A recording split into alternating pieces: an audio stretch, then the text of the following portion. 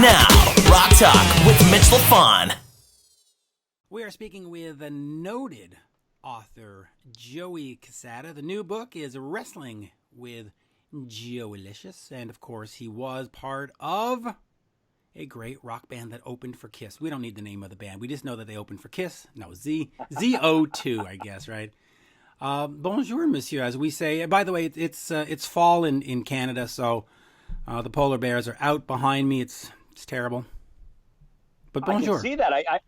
They're a little too close for you, Mitch. I mean, you're supposed to be social distancing right now. Are they a little close right now? No, we're very kumbaya with nature up here. So I've heard that before. You feed You're in the your igloo right now. Gotcha. Yeah, the igloo. As we move from summer to, we start packing it and getting it ready. So it'll be perfect soon. By the time the Rangers win the next Stanley Cup, we'll be good to go. Wow, you went right for the heart right away. I can't believe it. I know. I look at you with that luscious hair and I say, oh, I'm a little jealous. And then somebody mentions you're a Rangers fan, and I went, not that fucking jealous anymore. Listen. The Canadians have not been to the dance in a while. They're hurting a little too right now. So we'll see who gets back first. Rangers #1 pick, baby, and that was not fixed. That's an interesting pick. I'm still predicting that they will trade to the Montreal Canadiens, 87 things to get the pick, because they have to have Lafreniere up here. Anyway, we'll see. Let us talk wrestling with Joeylicious. Now, I've had a chance to go through all the stuff on YouTube, the little clips and stuff, and there is sort of a comedy element. Talk to me about how you're sort of translating these comedy clips or these wrestling clips into this book.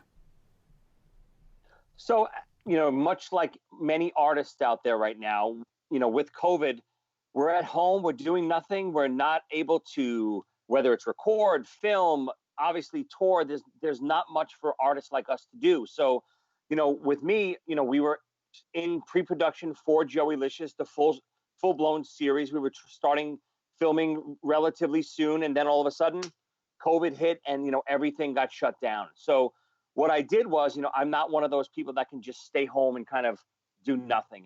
I took the season 1 scripts from Joeylicious, which is really a comedy based around, almost a quasi true story on my real life. I always wanted to be a wrestler growing up. And it's about this wannabe wrestler now in his mid 40s, never made it, still in the underground scene, in the underbelly of the wrestling community. And he has these wrestling legends appear to him in his imagination to kind of give him this advice. And of course, it never works out. If you look at it almost like a Curb Your Enthusiasm, it's Curb Your Enthusiasm in the wrestling world. So what I did was I took season 1 of Wrestling with Joeylicious, and I basically took the scripts and made a novel out of it. And here it is. It's available on Amazon right now. It's the #1 wrestling book in the country, which is crazy to believe.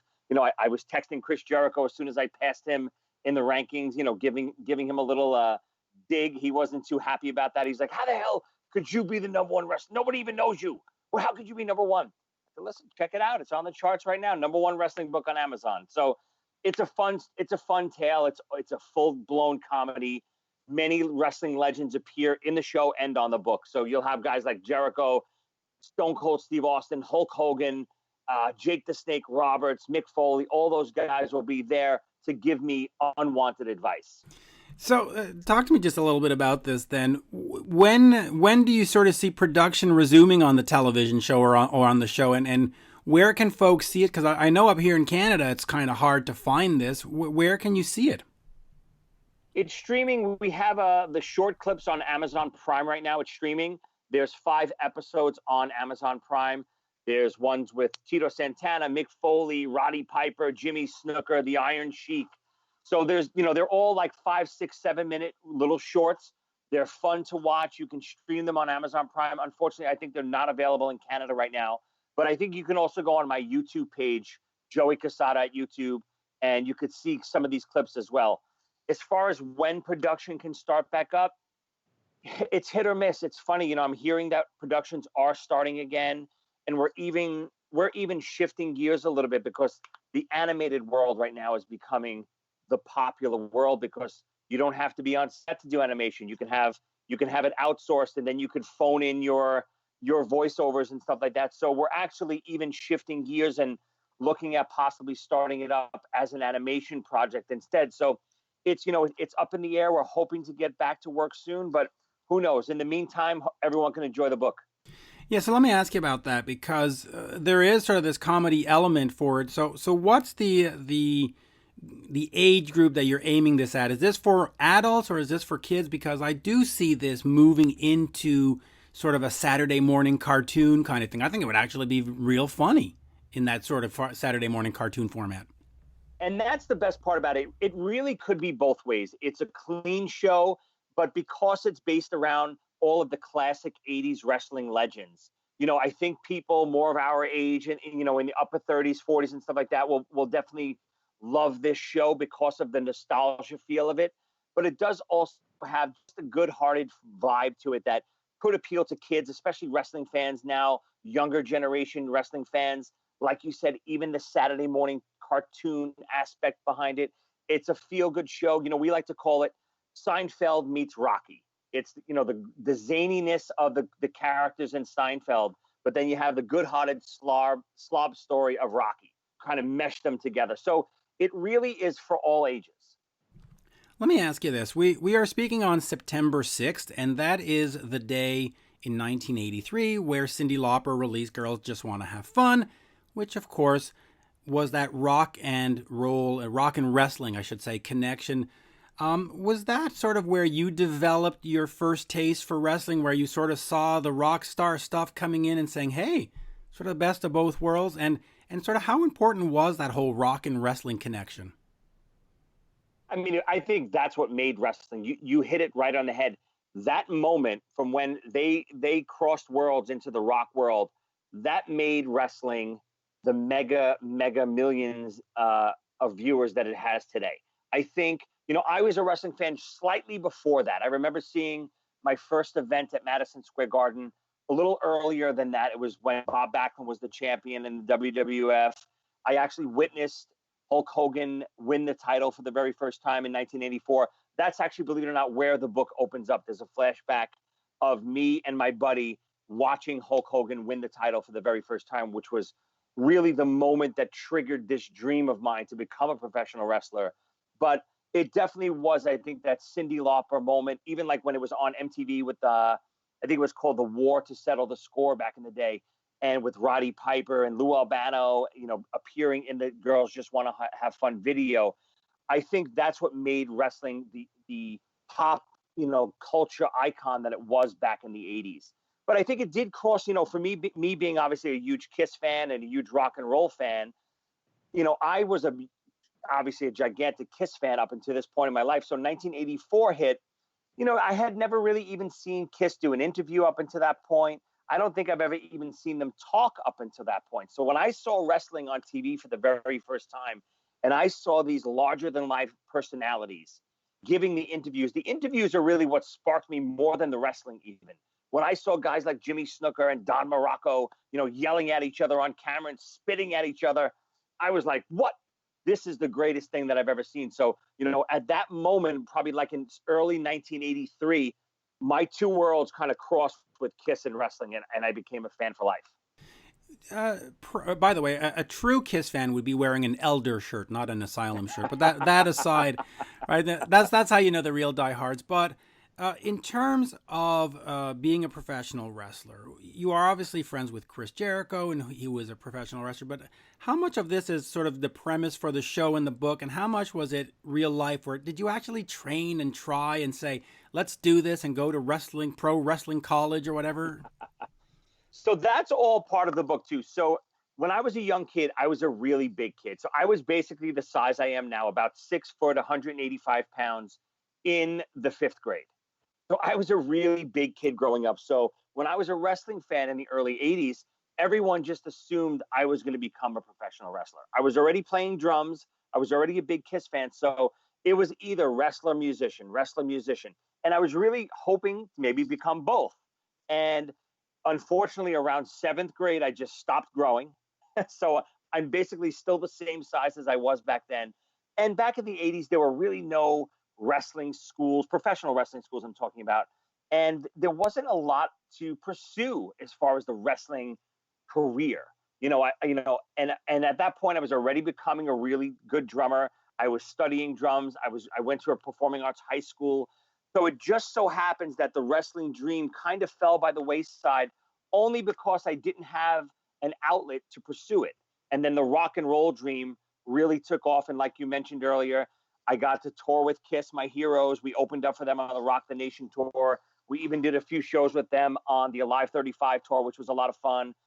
Toured with all my favorite bands. We released 3 CDs, ZO2. We had our own TV show, which is kind of where the Joeylicious character branched out from. There was an episode on Z-Rock, which was our TV show, that co-starred Chris Jericho. And in that show, the writers and producers wanted us to dress up like Hulk Hogan and Macho Man Randy Savage. And I actually pitched the idea of, why don't we become our own wrestling personas? And I had been doing this Joeylicious character since I was a little kid. I had a room in my house that we called Madison Square Room instead of Madison Square Garden. And we would literally have a battle royal, and the goal was to throw each other out of the room. And if you threw them out of the room, you would become the battle royal champion. So that's kind of where the Joeylicious character was born. I made this Joeylicious character appear on our show Z-Rock with Chris Jericho, which you could see online now. You can stream that on Amazon. It's on YouTube stuff as well. And that's kind of where the idea to spin this off into its own series began. Right. And hopefully up in the tundra here, we can see that up here. Just speaking of rock and Rock the Nation, where are we in terms of you and music? You had the original band with ZO2. You of course went out and did stuff with Eric Martin and Jim Brewer. Where does that leave you? Do you sort of just want to be one of those guys that goes and plays with those names, or do you still have this desire to have the own band and show PJ Farley that you're better than him? Well, I mean, I really don't have to show that. I'm sure your fans know that I'm better than PJ Farley. Come on, don't get started. Definitely better hair. We love PJ. Obviously, I still play with PJ. I still play with Steve Brown, with Eric Martin. We had shows booked, through this pandemic. We unfortunately had to cancel. We have some more stuff coming up in October. No idea if it's going to happen or not. We're thinking that it's probably still not going to happen. I've done some Broadway stuff. I love the Broadway community. Unfortunately, that's closed as well. There's nowhere to go as far as live music is concerned. I'm doing some side projects with Steve Brown also. So, I am kind of one of those guys that happen to fall into this weird, maybe not a hired gun situation, but I am kind of bouncing around right now, always still looking for a permanent gig. I play with Steve O'Jerry from Journey also. So, I'm bouncing around, but, I have the family now. I'm staying home. The road is not where I want to be all the time anymore. Away here and there is fine, but, 6-7 months on the road is not for me anymore. I'm doing my writing. Hopefully this Joeylicious TV show will be the next sensation, whether it's on Amazon Prime or Netflix. So I do still love to play, and I love to hit the road, but not as much as I used to. Yeah, and on August 14th, Steve O'Jerry was supposed to be at the Malone County Fair. I helped book the show, and I was going to go down and see you, and of course, it's gone. In terms of working with Steve Brown and PJ Farley, jokes aside, do you ever see yourself forming your own little band and doing something with them? I mean, Steve goes off and does Tokyo Motor Fist with Chuck Berge and others. And, of course, Eric Martin. Well, he's Eric Martin, so if he puts out an album, it's going to be all about Eric Martin. How come, or have you three thought of doing something? We absolutely have, and we've discussed it, and there are songs floating around right now to do some demos and stuff like that. We're just not sure exactly what to do, what to call it. Is it just the three of us? If we're going to recruit another lead singer, maybe record a full-length album with Eric Martin. But like you said, then it becomes more of the Eric Martin project. So yeah, there's a lot of things floating around, even doing stuff maybe with Chris Jericho, possibly. I know PJ's doing that Kiss cover band with Chris right now called Quarantine, which I'm still pissed at both of them for cutting me out of that, those bastards. But I know. That's a long story short. That was actually formed by Kent, the drummer, for Luke Bryan. So totally joking around with those guys. That project is amazing. But yeah, we're always talking about doing stuff. There's so much stuff floating around, and hopefully we will have a full length album out one of these days. That would actually be kind of cool. Or just get a new singer and call it Trickster. Well, I did do one fill-in date. We did a benefit concert for one of the road guys, and it was under the Trickster umbrella, and I did get to fill in with them one night, so that was fun. See, so you can do it again. Again, jokes aside, you mentioned Broadway. Now, that is one industry to me that seems completely devastated. I mean, we can do a couple of shows here and there for 50 people, 200. In Quebec, we can do shows for 250 people right now. So it's slowly moving. You can't put on a Broadway musical for 250 people. It's a waste of time. It's a waste of money, and it's just. What do you think's going to happen to that? I mean, you obviously must have spoken to some people that are still in the industry. Is it dead on arrival? I mean, what are we doing? It's dead unless they can go back to full capacity. I'm sure most people don't realize, but it costs a fortune to have a show run every week. Just so you know, millions. My show that I did with Josh Groban called The Great Comet of 1812, it cost almost $1 million per week to keep it afloat. So you have to clear that much money and then some to make it worth your while. Then if your capacity is even 50%, even up to 75%, I don't think some of these big productions can last. There are some small shows out there that luckily their production costs are lower, but things like Lion King and stuff like The Great Comet, those things cost so much money to produce every week just to stay afloat, to stay even. I think the industry is going to crumble unless they can go back to full capacity. And who knows if that's ever going to happen. Yeah, and even if they can go back to full capacity, a lot of the sales are dependent on schools coming in, on other tourists coming in. So if nobody can come to the city, it doesn't matter if they're full capacity. So they're sort of damned and damned again. You're absolutely right. So much of their revenue is tourists. Yep. Especially around the Christmas season, New York is pumping with tourists. No one's going to be coming to New York in a pandemic. So even if they do wind up opening again, ticket sales are going to be hurting. So it's definitely an industry that is really going to suffer, I think, even more than the touring industry. Like you said, the touring industry, maybe not so much the big tours, because I think even them, they have to kind of run almost at full capacity to make it worth their while. If a band like the Rolling Stones are not at full capacity, it's not going to pay for them to run that show every month. So, luckily, hopefully there'll be clubs out there doing smaller runs, theaters, stuff like that. So the touring industry, I do think, will bounce back. But as far as Broadway and theater life, I think it's going to be hurting for a very long time. It is. And, I see Def Leppard and those, rebooking the stadium tour for next year, and Guns N' Roses rebooking their stadium shows. I don't think we're going to be there. I think this is going to go at least through 2021 in terms of the large shows, 60,000, 30,000, 20,000. I know I was speaking to somebody from Live Nation who's in charge of the New York region, and they were saying, we're not booking any sheds through the summer. And it's just like, wow, no Saratoga Springs, no Syracuse. It's like, no, unless something changes, but we'll start booking them in February. And it's just like, oh. And people don't realize this, but you book this 9 months, 10 months, and you don't book, right? You know this. I know this. Most fans think, oh, the tickets are on sale in April. They booked it end of March. It's like, no.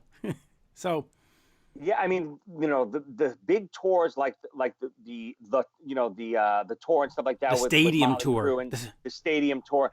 I think they're doing what they're doing strictly so they don't have to just give refunds. I think they're saying, listen, we're hoping, here's the new schedule, keep your tickets, they're going to be honored for the new dates, blah, blah, blah. They're just trying to make sure that they don't have to give full refunds to everyone. And they're hoping, praying that it does happen. But I think in the grand scheme of things, they're trying to keep postponing it like that for as long as they can. That way, they don't have to just keep giving these refunds.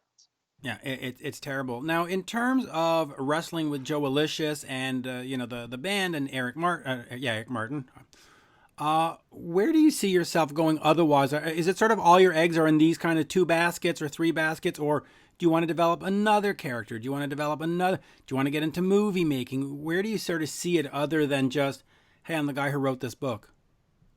No, yeah, I mean, luckily I do have my hands in a million things. So I'm not one of those guys, just like I told you before with the pandemic, writing the book. I can't sit still. There's no relaxation in my body. I just don't know what to do. So there's a lot of other projects I'm doing. I'm doing an animated show with Gilbert Gottfried right now. It stars Gilbert as a Hasidic Jewish midget. Maybe that's typecasting, but Right, you know, way it's off along the base lines. with that. How'd you come up with that concept? Wow. I star basically as this Archie Bunker type character that kind of plays off of him as my arch nemesis. And you know, it's basically like a Family Guy meets South Park type of show. You know, in today's environment, it's a little bit of a tough sell just because of the political landscape of today. But you know, we make so much fun of it that it does work. So we're pitching that right now. Like I said before, animation is very popular right now. I think you know that I have my hands in developing the Rockheads with the family of Eric Carr. We're still trying to get that off the ground. It's again in the landscape of production right now. Animation is really popular. So we're getting a lot of Zoom meetings and stuff like that to get those off the ground. But yeah, stuff. You know, like I said, I have a lot of other stuff in the works.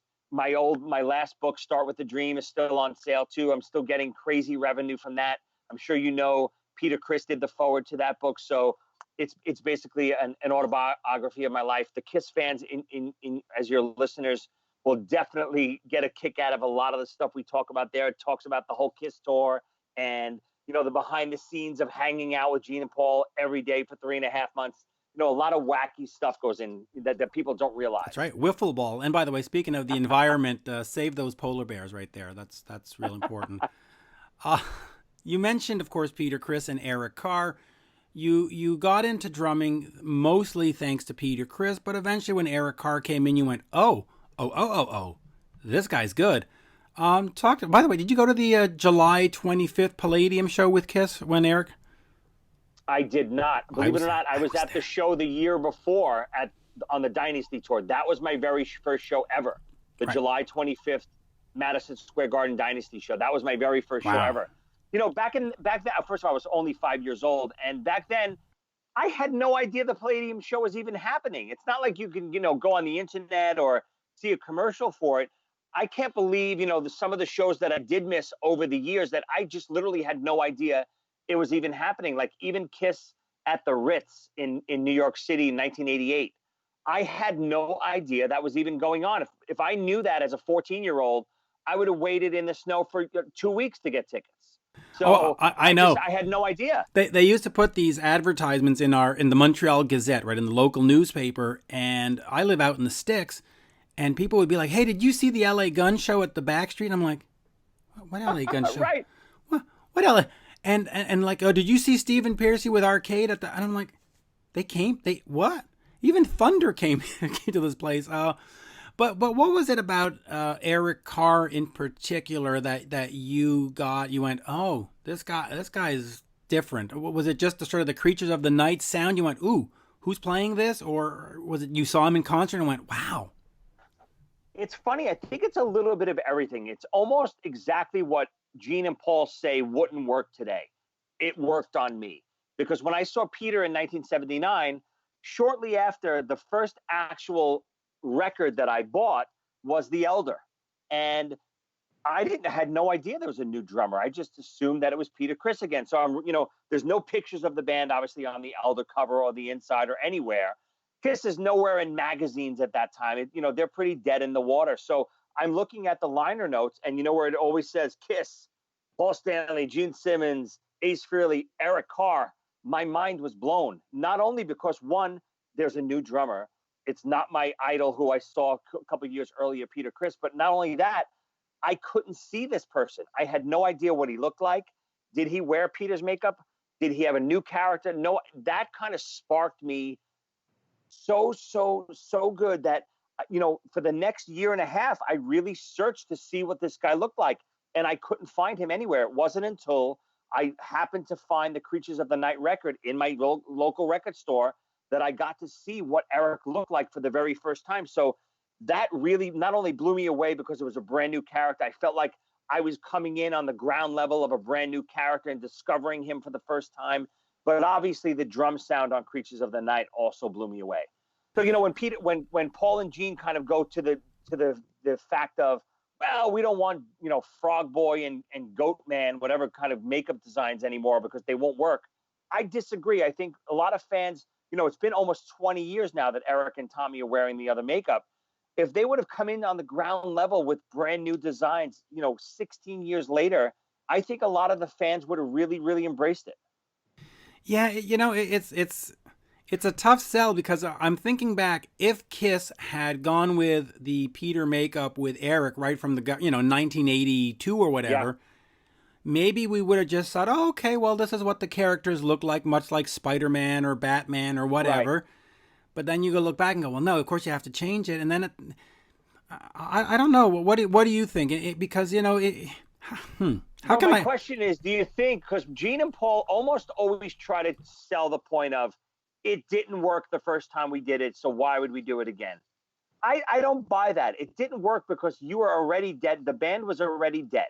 It had nothing to do. I think if Eric Carr comes in as Peter Criss's makeup and Vinnie Vincent wears Ace Frehley's makeup, Kiss is still as dead as they were with the two new characters. I don't think it helped. True. And I don't think it hurt. I think Kiss was dead no matter what. So well, yeah, I think the Elder hurt, and I think Dynasty hurt too as well. But I'm kind of the mind that had they seen it more like the Yankees or the Red Sox, where Don Mattingly leaves and a new guy comes in and he puts on the Yankee pinstripes and the team goes on. Right.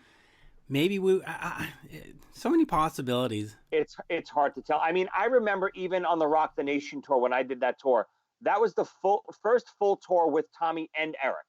They were both in the band a little bit here and there. Eric replaced Peter earlier in Japan, and then Peter came back for the symphony and all that stuff. But this was the first tour with Tommy and Eric.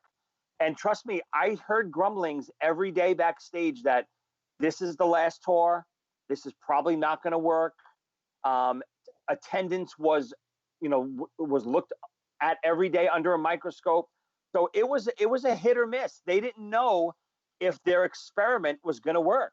And, it obviously worked because people came and people love Kiss still. But the thing that I always found that was hard to swallow was not that they were wearing their makeup, but many people didn't even realize that they were new people in the band. Like I had dozens of friends come and see me throughout that tour, and they would ask me, oh, Ace was so good tonight. How was it hanging out with Ace every night? I'm like, that's not Ace. That's someone else. They had no idea. Yeah, my brother had the same thing. He's older than me, and he goes, oh, I saw them, and Ace was great last night. I was like, no. Right. But the great thing about that tour, and where I'm upset in this thing, is they come out with this lineup, and they're doing War Machine and Got to Choose, and I Love It Loud. They're what else? Tears Are Falling Here. I've got some songs in front of me. Love Her All I Can, All the Way, I Pledge Allegiance. So they're doing all these other stuff, and they say, well, we can do it now because, Ace and Peter couldn't play it, and this lineup can play anything, so our catalog's wide open. Right. And so I went to a couple of shows to see these different songs, and then here we are in 2020, and it's just like, yeah, well, the fans want to hear these 15. It's like, but the whole selling point was the fact that these two could play anything.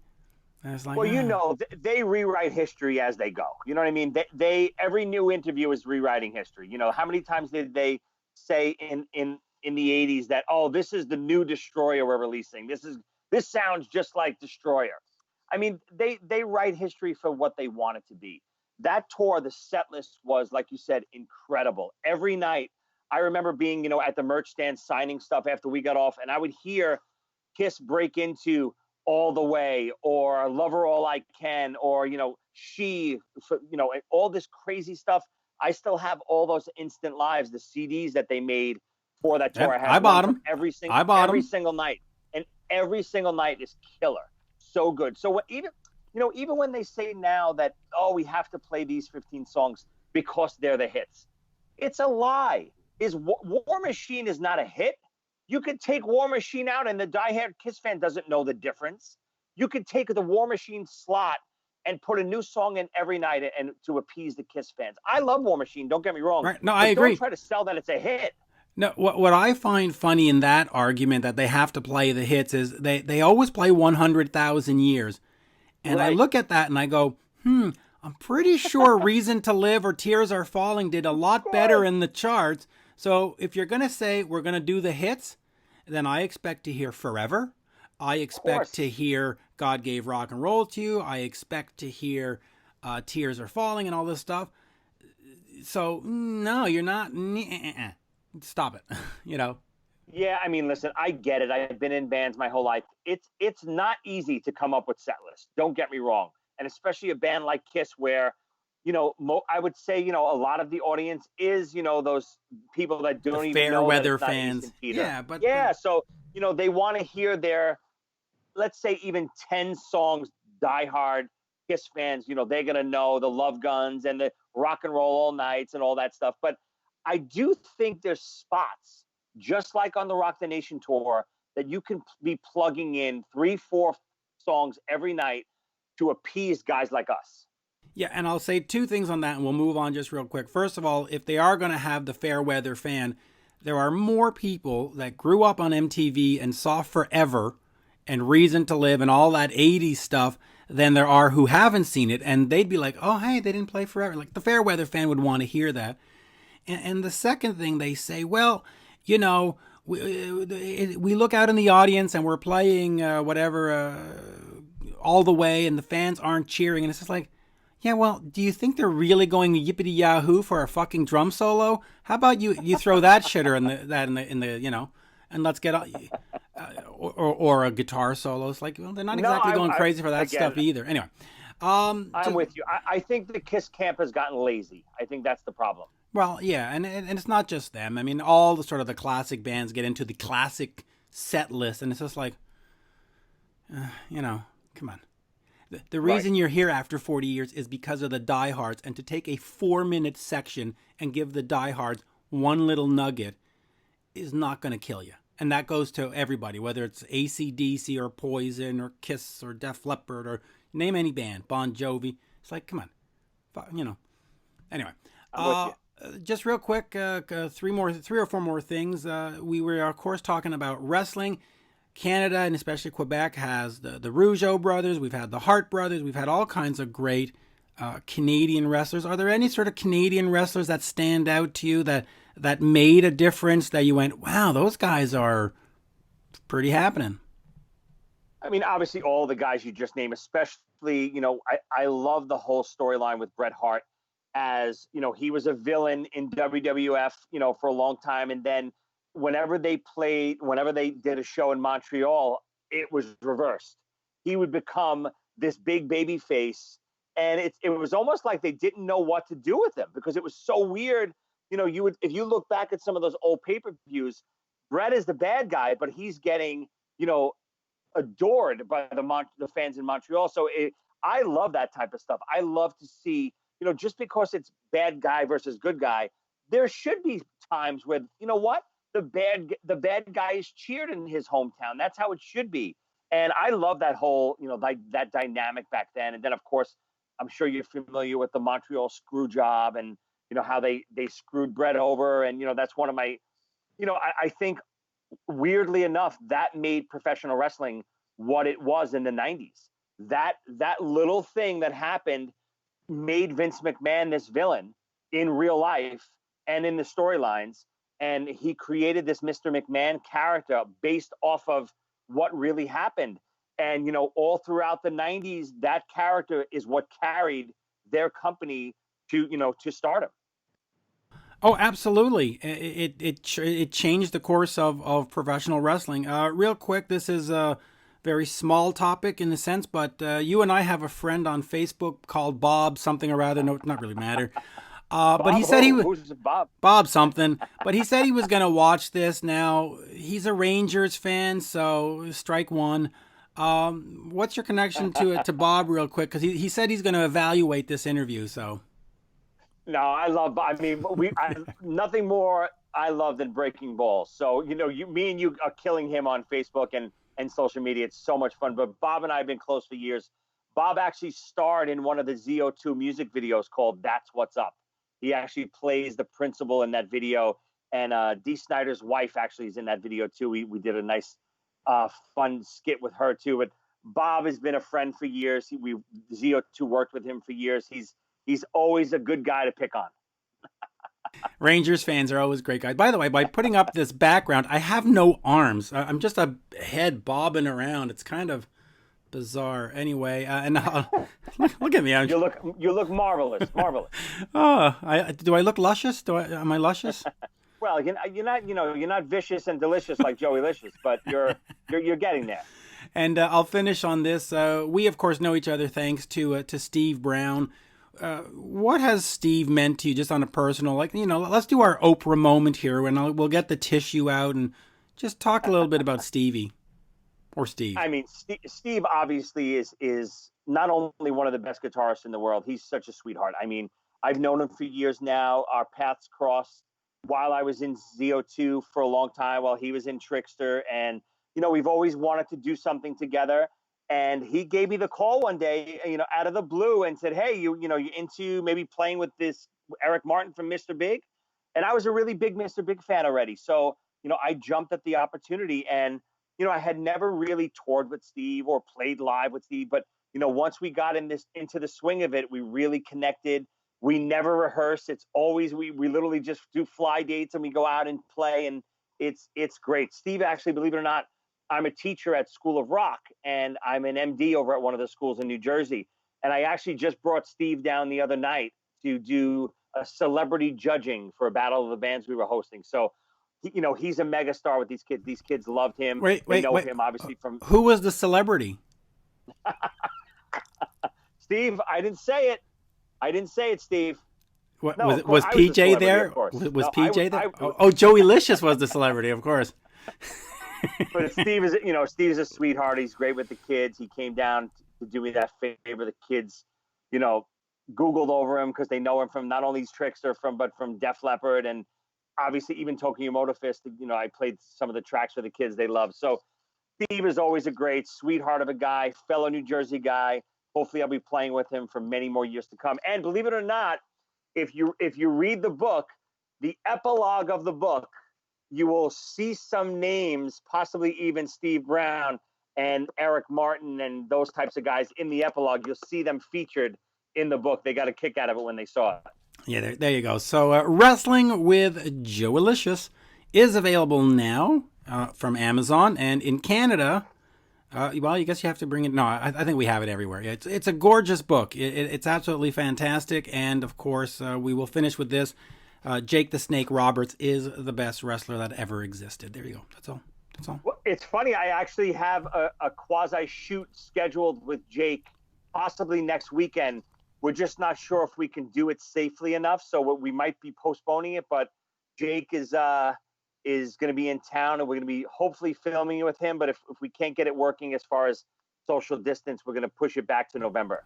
Yeah, and I'll just say this. He does a stand-up comedy talk about his life tour, which I guess he can't do right now, but if it does come to town, go see it. I went to see it in Montreal, and it was just a rip-roaring 3-hour show. I mean, he was hilarious, and then, of course, they had some great wrestling stories, and it seems like every wrestler was on cocaine at some point, and it was just like, holy crap. But it's a great show. That's what people don't realize about these especially these 80s wrestlers who had the freedom to just ad-lib live on television every week. They were live on TV every week, ad-libbing their lines. These guys are superstars. They're so quick-witted. They're funny. They're sharp. Every guy that I filmed with was so amazing on set. I had to almost rewrite the script because they were coming up with better dialogue than I could have ever written for them. And I'm expecting the same from Jake. Yeah, great stuff. As we say in Montreal, merci, and hopefully I'll get my arms back. Oh, there they are. There we are. Got no arms. Thank you, sir. Thank you, Joey. À la prochaine. Always a pleasure. Thank you, sir. Thanks for having me. Always a pleasure. Yes, sir.